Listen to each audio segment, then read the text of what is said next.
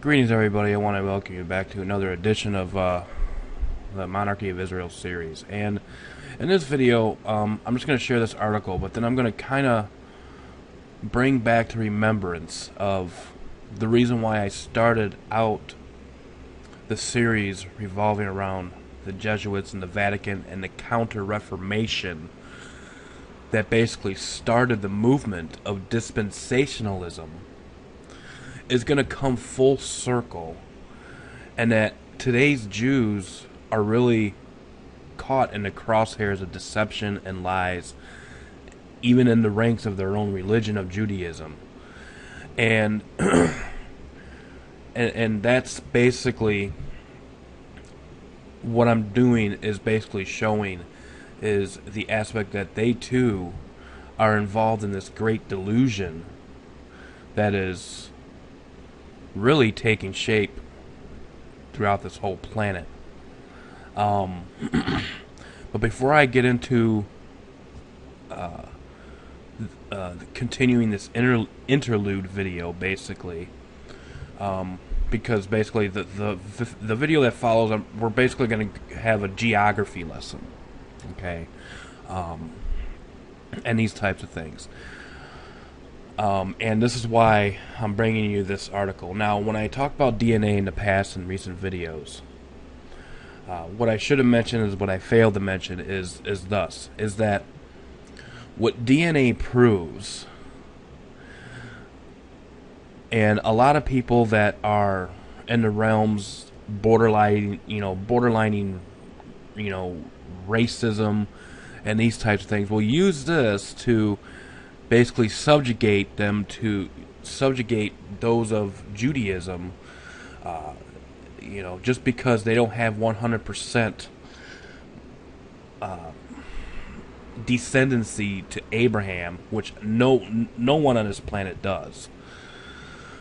They will automatically throw them in the Khazar camp. Now, I do want to mention that Khazaria and Khazar, that is not a conspiracy theory. That is fact. There was a kingdom that was named Khazaria, and there was a king that upheld Judaism as its authoritative religion, and there were converts, a lot of converts. Majority of the people that lived there were converts into Judaism, thus making themselves Jews.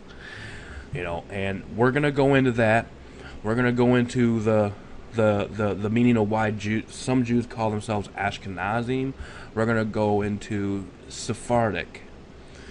And like I said, DNA basically proves what the Bible said in Acts, that God made all the nations of the earth of one blood.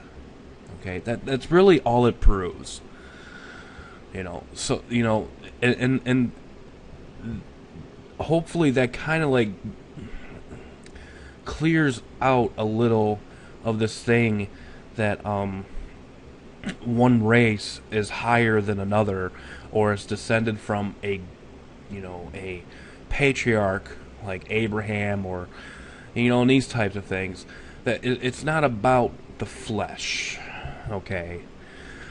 Because God wants to save all people. He wishes that none would perish. God is not a respecter of persons.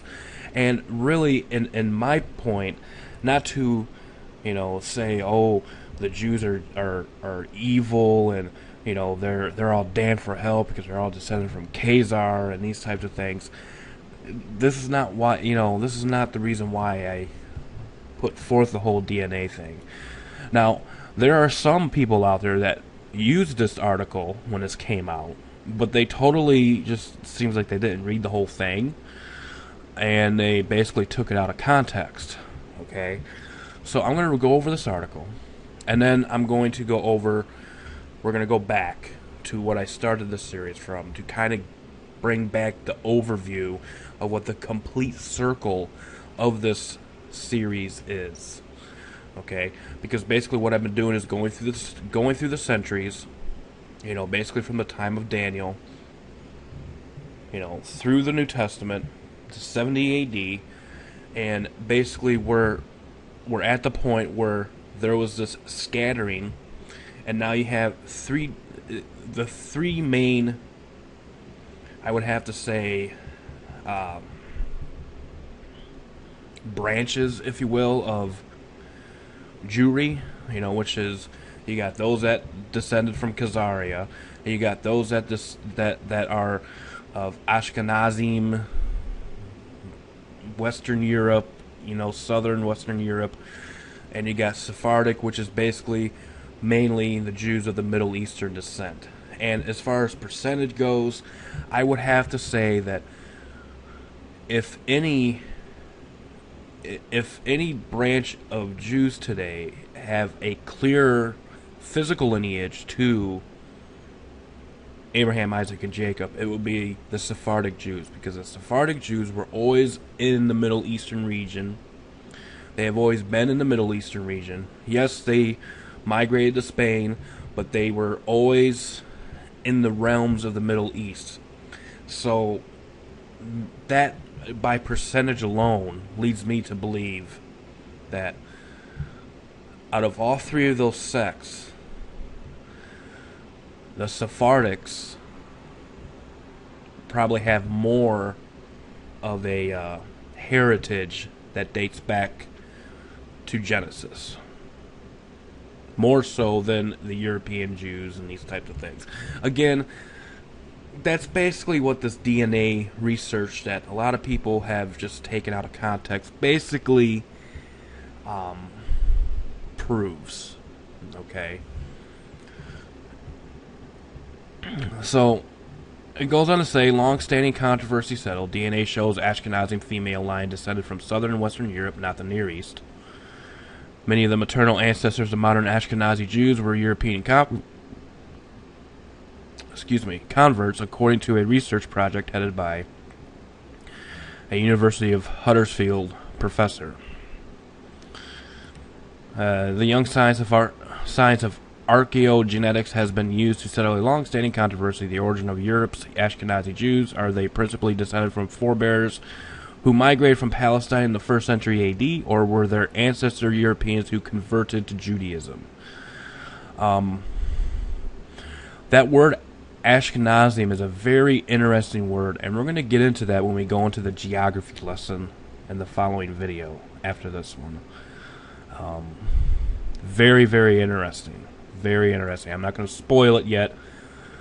It's kind of like, ooh, what is it? What is it? Not going to spoil it yet, but it is interesting to say the least. A new article in the leading journal Nature Communications claims to have settled the question. Analysis of DNA samples has shown that on the female line, the Ashkenazim are descended not from the Near East, but from southern and western Europe. Okay, so goes on, and here you can see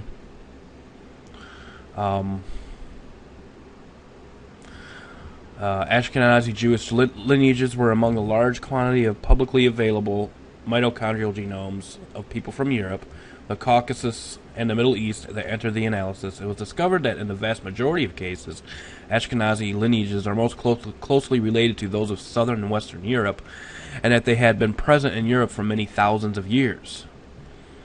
Okay, now pictured left is a painting by Maurice Gaultier from 1878 called "Jews Praying in the Synagogue on Yom Kippur," and is displayed at the Tel Aviv Museum of Art. These are Ashkenazi Jews are depicted in this painting. And the article, this is what a lot of people who have used this article to throw out their theology that the Jews are the number one, the number one Manison antichrists, blah blah blah, totally throwing the Vatican out, or the Vatican plays second fiddle to that of the Rothschilds, who are of a Jewish descent, basically. And they don't take in context that the Rothschilds, especially Lionel Rothschild, was a Knight of Malta, who has their orders from the Jesuits, who has their orders from the Pope. So basically, the Rothschilds play second fiddle to the Vatican. The Rothschilds are the guardians of the treasury in the Vatican, which means basically, if you, let's say you have a bank account, Okay, you put money in the bank. All right. The clerk there, or the bankers in that bank are subject to you because that is your money. Okay. It's the same thing how it goes with the Rothschilds. The Vatican puts money into the bank. It's the Vatican's money, but the Rothschilds are guarding it. So therefore, you have the Rothschild bankers who are the guardians of the Vatican treasury. You see how that works? So those that will say, oh, the Jewish conspiracy, this and these types of things, a lot of that, there's a lot of factual information you can find in those realms, like from Benjamin Friedman and these types of. There's a lot of factual information you can find there, but they only stop at the Zionist Jewish movement. Okay, but they won't go further than that. Why? Number one, Benjamin Friedman is a Catholic convert, and a lot of and these types of things. So they won't. They'll go as far as they can without what's the word? Pinpointing the direct source. And what I'm doing here throughout this whole series is basically showing you from the realms of history prior to Papal Rome, going into Papal Rome, going into post-pagan Rome, and the pagan Roman Empire was done away with, and Papal Rome was introduced. We're going through all of that. And you're going to see that the belief system of early Christians is totally pretty much extinct in the modern Christian view. And that is part and parcel due to the article that I'm going to share with you that was done by two Jesuit priests who introduced the Counter-Reformation, who introduced the realms of dispensationalism and the realms of futurism to basically take away the sting of the Pope as being the Antichrist, and therefore thus a lot of Christians today who believe in a rapture or whatever look at the Pope as just the false prophet and not the Antichrist, because the Antichrist is yet future, and when the church is raptured, there's 7 years left for the Jews and these types of things. That is not what the early church writers believed. That is not what the early church writers taught. That is not what the Reformation believed and taught. This is only a theology that basically started in 1798. Okay? And so that's basically what I want to shed the light here. Okay, so moving further in this article, this suggests that even though Jewish men may indeed have migrated to Europe from Palestine around 2,000 years ago, they seem to have married European women, states Professor Richards. Okay, so they married outside their group, basically. This seems to have happened first along the Mediterranean, especially in Italy, and later, but probably to a lesser extent, in Western and Central Europe. Okay, so before there were any Jews that migrated into Khazaria and these types of things, there was marrying outside their class going on in Rome and Italy prior to. Okay. This suggests that in the early years of the diaspora, Judaism took in many converts from amongst the European population, but they were mainly recruited from amongst women. Thus, on the female line of descent, the Ashkenazim primarily traced their ancestry neither to Palestine nor to Khazaria in the North Caucasus, as has also been suggested, but to southern and western Europe. Okay, that's the point I wanted to bring here. I want to read that again. The Ashkenazim primarily traced their ancestry neither to Palestine nor to Khazaria in the North Caucasus, as has also been suggested, but to southern and western Europe. So these people that are saying, that the Ashkenazim Jews are all descendants of the Khazars and these types of things, this ancestry from the maternal line basically proves that to be the exact opposite. My when I look at the whole Khazaria thing, I look at those that were living in Khazaria at the time that the Empire was around, and prior to its dying days, that they migrated north into what is Russia. Okay? You know, and that is basically why I personally believe there are so many Russian Jews today. Is those are the ones that migrated north, are the ones that came from Khazaria.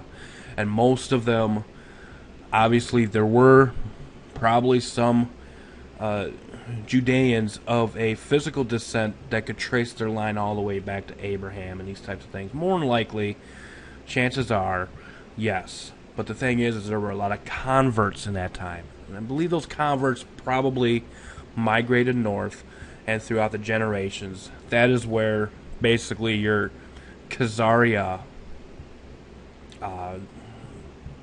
thing is today. That's basically where they have migrated to. Ashkenazim basically has no ancestry dating to, you know, that is directly descended from the Khazars. Neither to Palestine either. Okay. But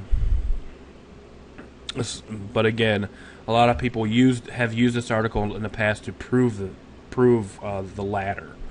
That the Ashkenazim are Khazars and these types of things. I don't really. I can't really stand by that.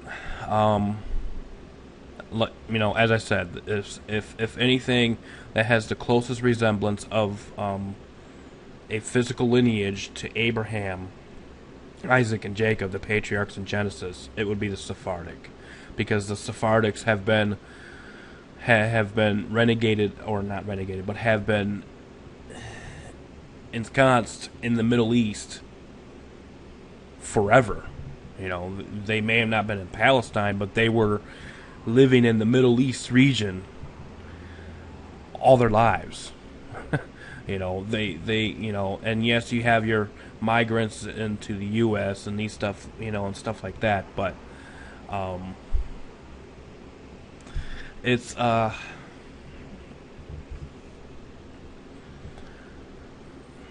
you know, a lot of this stuff just leads to a lot of confusion.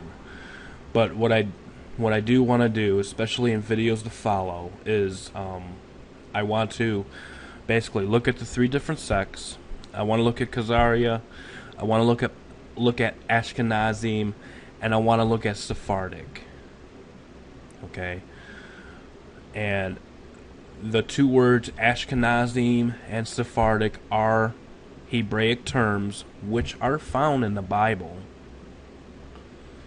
And we're going to have to look at these two and basically see percentage-wise, you know, roughly sort of, you know, of who is whom. Okay? Again, it is my conviction that the strongest possibility of physical, fleshly born Jews that are of the Sephardic origin has more of an ancestry that dates back to Genesis. Ashkenazim and the Khazars are merely a newer sect. It's basically what I'm trying to say. So I hopefully this has cleared some of the matter up, you know, because we're basically looking at a fleshly geographical lesson here, to basically kind of continue on until we get further on down the centuries, which I want to, which we will be doing. And I think the next thing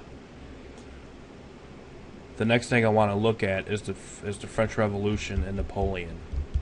A lot of very interesting things going on with him. So I'm going to close this video out, and then the next video we're going to kind of go back and bring back to remembrance the of how all roads basically lead right back to Rome. And hopefully, hopefully this has cleared the air of what some may have preconceived in my previous videos that seem to be very controversial. And yes, they are controversial. But I am by no way taking stances with anybody. I am not standing for anybody. I'm not standing against anybody. This is just, this is just what I've been called to do. This is the series I've been called to put forth. And I'm trying to be as truthful as I can with the information that I'm given. And you have to do with it what you will. But hopefully this has cleared the air of any misconceived notions directed towards me that any might have had. So until next time, truth be told, truth be known, stay safe, God bless, we will see you next time. Bye-bye.